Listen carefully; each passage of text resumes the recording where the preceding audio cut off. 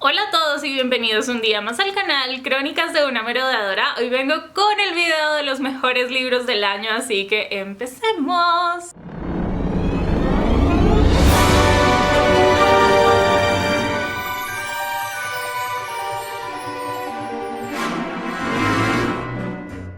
Bueno, pues la verdad es que quise intentar hacer una lista de solo los 10 mejores libros del año, pero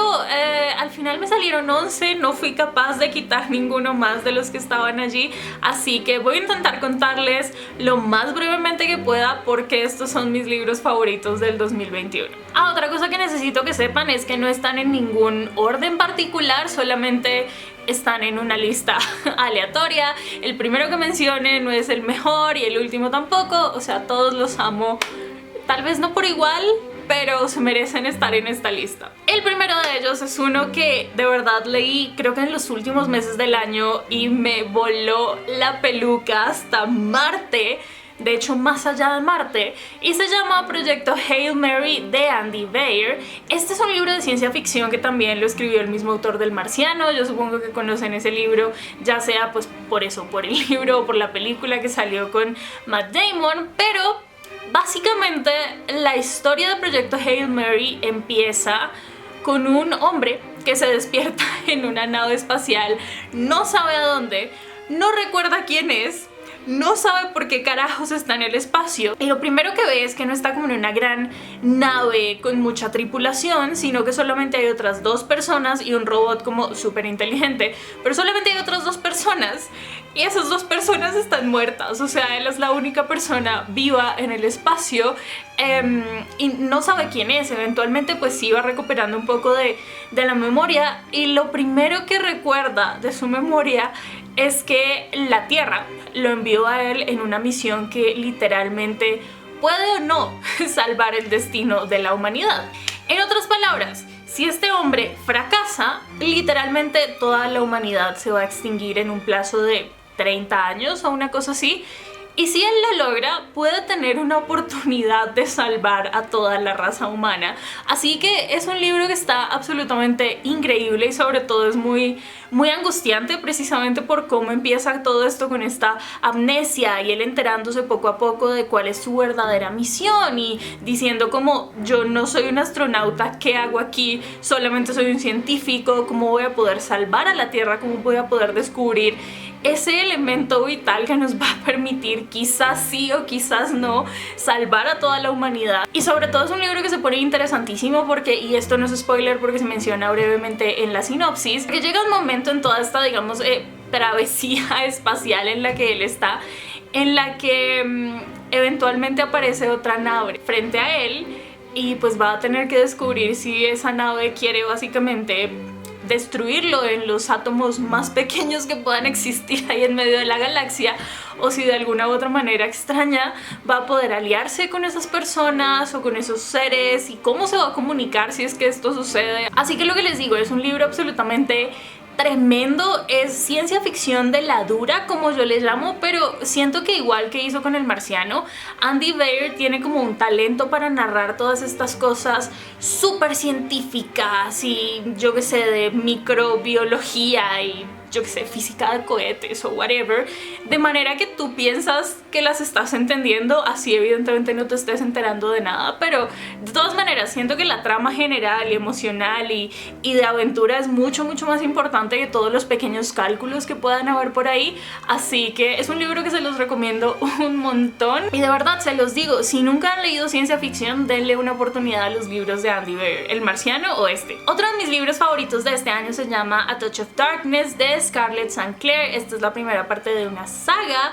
que básicamente reinterpreta de una manera muy sexy, adulta, contemporánea y moderna el mito de Hades y Perséfone. Básicamente aquí pues tenemos a esos dos personajes, pero viven en una ciudad bastante moderna. Perséfone está a punto de empezar una especie como de prácticas de periodismo y también está yendo como a la universidad y todas estas cosas, y tiene una amiga que un día la invita a uno de los clubes más exclusivos de la ciudad. Es un club que le pertenece a Hades, solamente que Perséfone no lo sabe en ese momento. Entonces están como en el club, así bailando, tal, tal. Y Perséfone siente todo el tiempo que alguien la está mirando y eventualmente descubre que la está mirando un hombre supremamente guapo. Obviamente, porque es Hades, solo que ella no sabe que es Hades. Y además, digamos que Perséfone, gracias a su madre, a Deméter y a todas estas cosas, siempre ha tenido como mucha aprensión con respecto a decir públicamente que ella es una diosa, porque digamos que tampoco tiene muchos poderes y eso le incomoda, entonces se siente como mejor en el mundo mortal y no se ha relacionado mucho con los dioses, así que no sabe cómo se ve Hades en persona. Y lo poco que le han dicho de Hades es como lo de siempre, que es el dios de los muertos, que es súper despiadado, que lidera el inframundo y sobre todo en este club que él tiene, que hace tratos con personas jugando póker, jugando a los dados y estas cosas. Y bueno, pues si la persona gana el trato, yay, por esa persona, pero generalmente esas personas no ganan los tratos y Hades se queda con sus almas inmortales, así que pues a Perséfone esto no le parece tan bien, pero eventualmente ella termina como siguiendo a esta persona que lo está mirando y jugando una partida de cartas con esta persona, y resulta que termina perdiendo esa partida de cartas, y cuando termina esa partida se da cuenta de que la persona contra la que estaba jugando era Hades y que ahora está en un trato con él, y ese trato implica que ella tiene que crear vida de alguna manera en el inframundo, o si no pues habrá consecuencias y así. Entonces de esa manera como que ellos dos empiezan a interactuar muy como a regañadientes al principio, pero lo bueno de todo esto y lo que más me gusta de esta historia es que desde el momento uno entre ellos dos hay una tensión absolutamente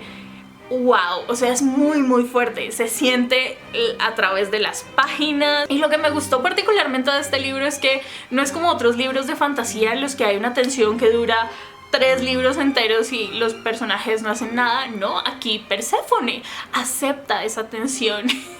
y actúa sobre ella, así que es un gran libro, es un libro súper spicy, así que están avisados. Y nada, leí los 2 primeros libros de esa saga este año, bueno, el año pasado, y ahora tengo que leer el tercero. El siguiente libro que llegó a la lista este año, literalmente llegó a la lista el 30 de diciembre, y yo por eso no grabo estos videos sino hasta que de verdad se ha acabado el año. Se llama The Love Hypothesis de Ali Hazelwood, si no estoy mal, creo que así se llama la autora, y es la cosa más bonita, tierna y de todo que yo he leído en mi vida. O sea, es una cosa demasiado, hay demasiados feels y demasiado de todo en ese libro. Contrólate, Isabela. Básicamente aquí nos encontramos la historia de una chica que se llama Olive, que es una estudiante como de PhD. Bueno, no sé cómo se traduzca eso en español. Bueno, el caso es que es como una científica que está en una universidad investigando sus cosas y tal, y tiene una amiga, y esa amiga tiene un crush por un tipo que se llama Jeremy, pero resulta que Jeremy es el ex de Olive, aunque a Olive le vale 3 pedazos de pepino su ex y ya no le interesa. Pero entonces la amiga de Olive no quiere meterse con Jeremy a pesar de que le gustó un montón, porque piensa que Olive puede seguir teniendo sentimientos por ese. Entonces Olive no sabe cómo demostrarle a su amiga que de verdad ya no le interesa, que tiene vía libre, y en su mente de científica no sé por qué cree que el mejor plan para eso es que su amiga la vea besando a alguien más o la vea saliendo con alguien más. Pero claro, el problema es que Olive tiene una como vida de citas como cero activa, o sea, hay más actividad romántica en el Sahara que en la vida de Olive, ¿ok? Entonces hay un momento en el que por alguna extraña razón hay como 3 personas en un laboratorio, una de ellas es la amiga, otra es Olive y la otra persona es Adam Carlsen, que es uno de los profesores investigadores así como más temidos de toda la facultad, a pesar de que es relativamente joven. Y entonces Olive entra como en pánico y dice: este es mi momento de demostrarle a mi amiga todo. Y se lanza a besar a este profesor.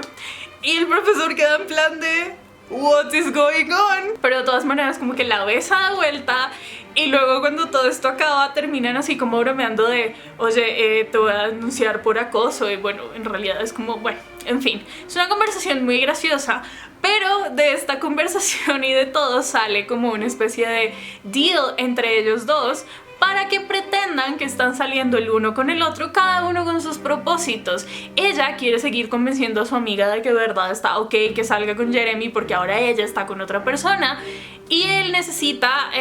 que parezca que está en una relación estable y que no se va a ir de esa universidad porque digamos que las grandes directivas de esa universidad piensan que va a dejar tiradas todas sus investigaciones porque otras universidades le han ofrecido más dinero. Entonces él tiene que demostrar como que se va a quedar allí, y la única manera de hacerlo aparentemente es teniendo una relación estable con alguien. Y el caso es que estos dos empiezan como a eso, como a fake date, y es la cosa más graciosa y absurda del mundo porque Olive y él piensan que fake date es verse una vez a la semana 10 minutos en un Starbucks y ya está, pero eventualmente van a empezar a aparecer y a suceder un montón de cosas y situaciones que los van a poner pues en eso, en posiciones muy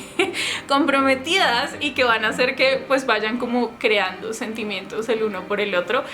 porque obviamente esto siempre pasa con los libros de fake date, pero este de Love Hypothesis, no sé, tiene algo que me fascinó, y eso que yo no soy muy fan de los romances que son como lentos o slow burn, que es lo que es de Love Hypothesis, pero realmente la tensión que hay entre ellos y todas las cosas que se van diciendo y todo lo que suceden hace que esos últimos 3 o 4 capítulos, que son donde está toda como la acción, if you know what I mean, sean espectaculares. De verdad es una historia que me encantó a niveles absurdos, y es de esos libros que terminas de leer y la reacción que tienes es de, joder, necesito volver a la página 1 y releerlo ya mismo. O sea, es ese nivel. Ahora vamos con uno medianamente parecido, que también es así como un office rom-com, y es The Hating Game, de... no me acuerdo cómo te llamas, mujer, pero estarán viendo la portada en pantalla, que básicamente es la historia de dos personas que trabajan en una editorial que hace poco se como unió, se mezcló, eran dos editoriales y ahora son una, y los dos son como los asistentes ejecutivos de los dos CEOs de la compañía. La chica se llama Lucy y es como súper alegre y se viste súper cool y es como muy viva ella, y el chico, o el hombre en este caso, se llama Joshua Templeman, que es como el típico hombre misterioso, súper guapo, así como, mejor dicho, como unapproachable, que te da miedo acercarte a él porque siempre sientes que tiene como mal genio y tal, pero que en el fondo todos sabemos que tiene como un corazón de marshmallow. El caso es que a ellos dos los ponen en una especie de competencia para ganarse el puesto que van a abrir debajo de los CEOs. O sea, el que gane este puesto va a empezar a ser el jefe del otro, y eso es como el apocalipsis en el mundo de estos dos. Pero eventualmente también suceden ciertas cosas que los van a, digamos, propulsar a que empiecen a pasar otras cosas, y ellos dos empiezan a decir como, ¿qué onda con esto? ¿Por qué está sucediendo? Si estamos compitiendo. Y luego también, mejor dicho, pasan como muchas escenas muy románticas entre ellos dos, pero a pesar de que se demoran un montón en como aceptar eso que están sintiendo, y empiezan diciendo como, ay, esto no es nada serio y tal, pero en el fondo los dos están coladísimos el uno por el otro. Y la verdad es que puede que muchos de estos libros de Love Hypothesis es algo diferente, pero por ejemplo The Hating Game y The Spanish Love Deception son muy parecidos, pero siento que de verdad tienen como ese algo, esa chispa que engancha y que dices como, wow, nunca voy a vivir una historia así en mi vida, y por eso leo libros así, por eso me encantan. Pero sí, la historia de Lucy y de Joshua es una cosa muy tierna. Sobre todo hay unas escenas al final que es como, ya están hechos del uno para el otro, y me encantan. En el siguiente puesto tenemos no a uno, sino a dos libros de la misma saga, y les estoy hablando de From Blood and Ash y A Kingdom of Flesh and Fire, que son los dos primeros de esta saga de Jennifer L. Armentrout. Creo que ya me han escuchado hablar un montón de estos libros. Tengo como un super book talk del primero, ya tengo preparado para grabar el del segundo, pero básicamente son unos libros de fantasía con mucho romance, sobre todo con un romance prohibido, porque la protagonista es una maiden, o sea, como una doncella de la que se espera que siempre sea como súper pura y casta, pero por cosas de la vida se termina enamorando de su guardia, pero ese guardia está, pues eso, guardando muchos secretos dentro de él. Y es un libro impresionante porque además de que evidentemente se centra como en el aspecto muy romántico de las cosas y en Poppy, que es la protagonista, descubriendo como todo este nuevo mundo de wow, me vale cero ser la Maiden si puedo hacer todas estas cosas y así.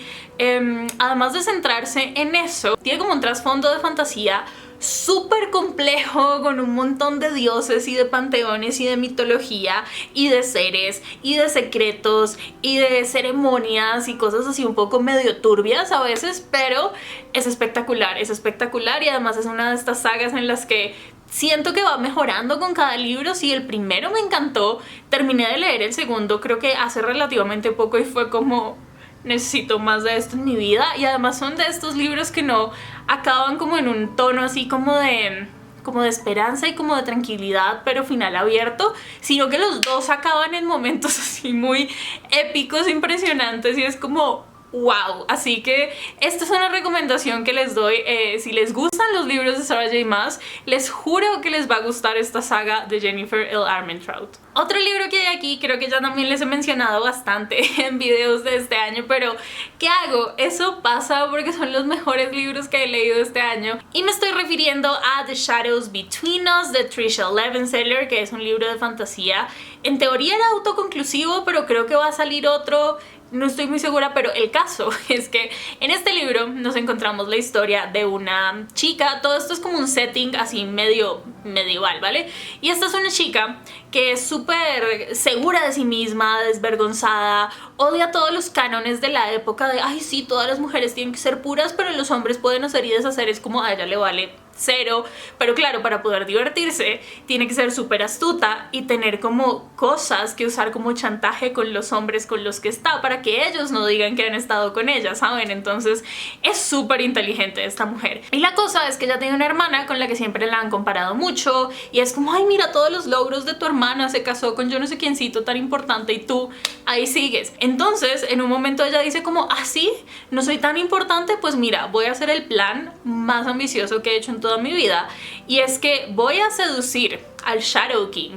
Voy a hacer que el Shadow King se case conmigo, y cuando ya esté yo coronada como su reina y él no tenga más herederos ni nada por el estilo, voy a matar al Shadow King para quedarme con toda su fortuna y con todos sus reinos. Suena súper pro, ¿vale? Pero entonces cuando ella empieza este plan de empezar a aparecer por la corte, de acercarse al Shadow King y todas estas cosas,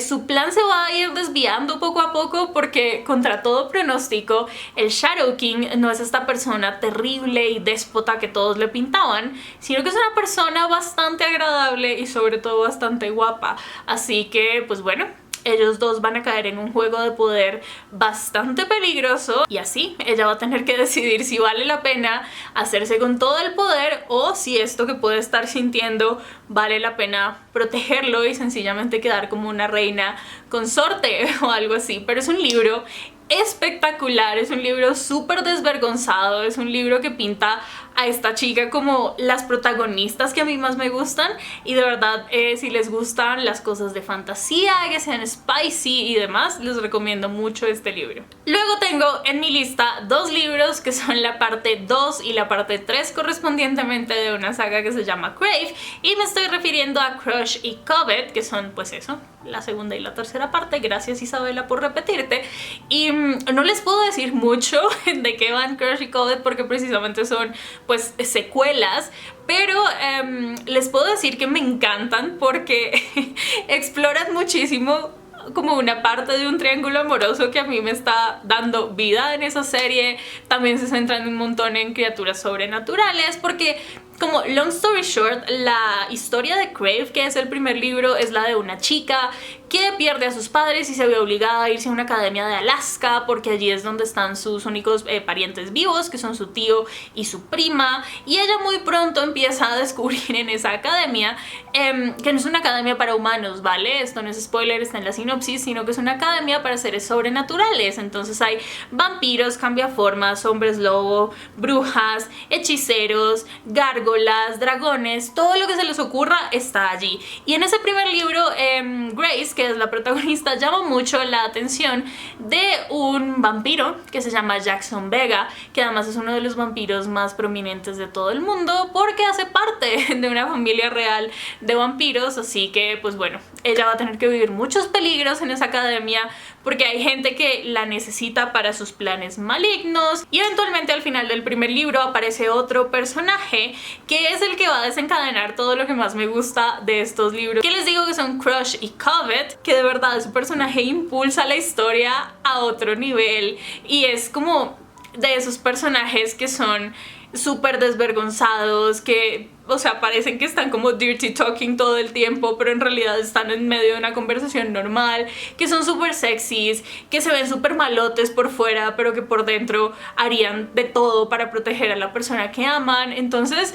son todos esos elementos combinados los que me hacen decir como, wow, esta saga vale muchísimo la pena. No se dejen engañar porque el primero parezca una copia de la portada de Crepúsculo, de verdad. No se dejen engañar. Luego tengo aquí Heartstopper. Estoy casi segura de que en algún año pasado ya mencioné Heartstopper, pero seguramente había mencionado como el volumen 1, pero ahora leí ya los 3 volúmenes y sin lugar a dudas esta historia tiene que volver a aparecer en mis favoritos del año. Creo que mi volumen favorito de todos ha sido el tercero. Tienen un viaje espectacular allí porque Heartstopper es una novela gráfica, por si no lo saben, que cuenta la historia de 2 chicos de high school que primero se vuelven muy amigos y luego se enamoran con todo lo que ello implica. Y la verdad es que es una novela gráfica que está súper libre de drama. Es una novela gráfica que te hace sentir bien todo el tiempo, que te hace sonreír como idiota todo el tiempo, que te hace como pensar en que quieres exactamente lo que tienen los protagonistas todo el tiempo.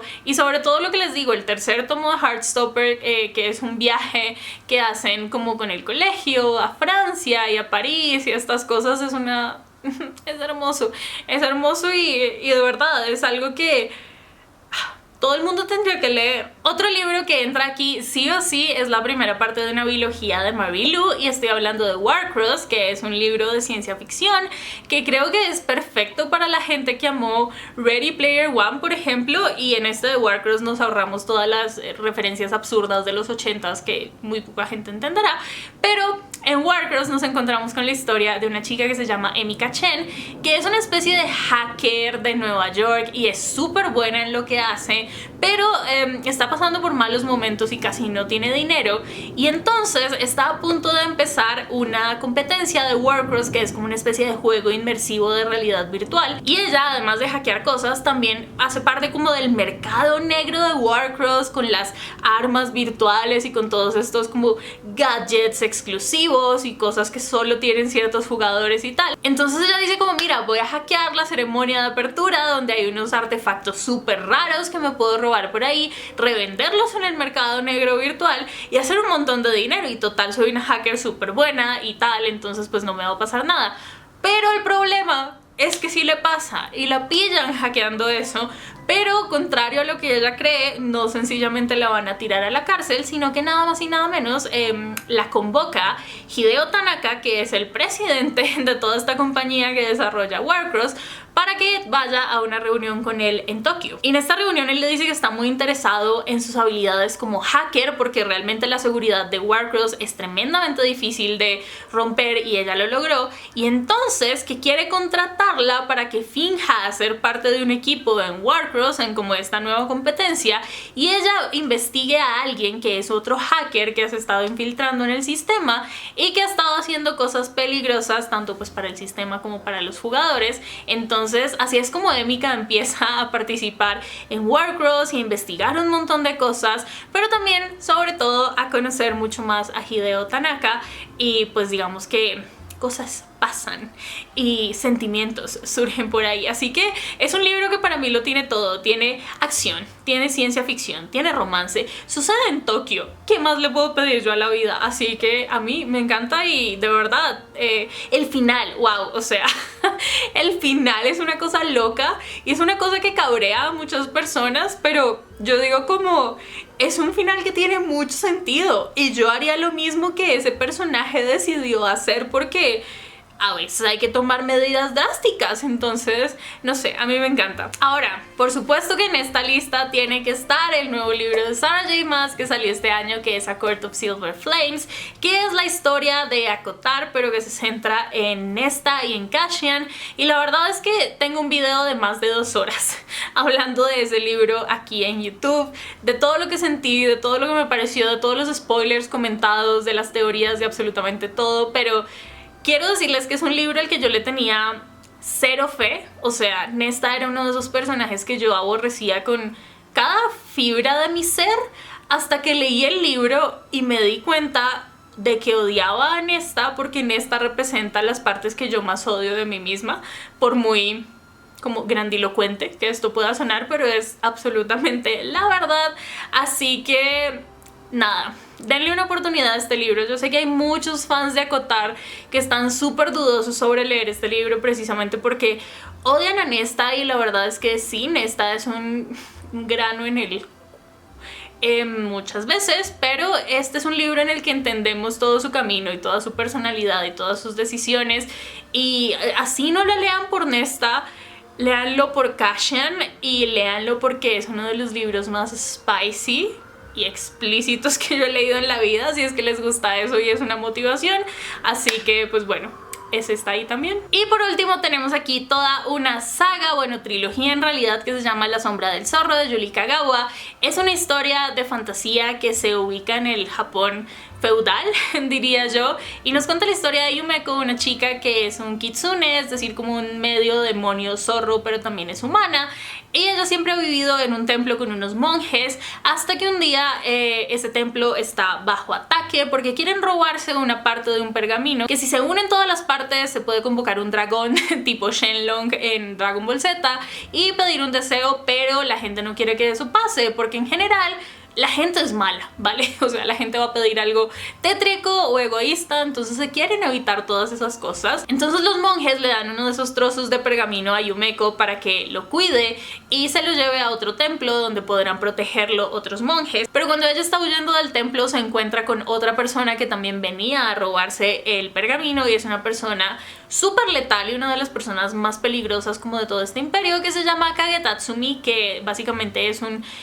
ninja samurái del clan de las sombras, y además tiene una espada demoníaca que puede empezar a controlarlo lentamente si él no se cuida bastante. Entonces Yumeko, siendo súper inteligente como un zorro, le miente y le dice que ella no tiene el pergamino, pero que sabe dónde encontrarlo, y así ella se agencia, digamos, un guardaespaldas para ir atravesando muchas de estas tierras del imperio, enfrentándose con otros samuráis, con otros monstruos, con otros mercenarios que quieren exactamente lo mismo que ella y que todo el mundo, ahora que se han enterado de que de verdad esos pergaminos no eran solamente un mito, sino que de verdad existen. Así que es una historia tremenda. Yo siempre la describo como un gran episodio de Inuyasha.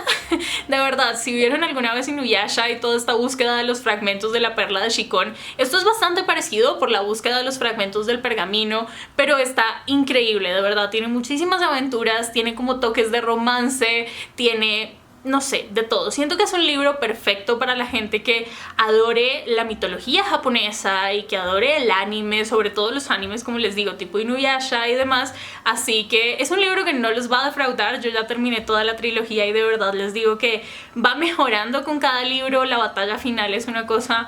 brutal, y de verdad siento que Yuri Kagawa es una de esas autoras que hace lo que es necesario para la trama y no lo que es necesario para complacer necesariamente a los lectores. Y eso es algo que aprecio mucho,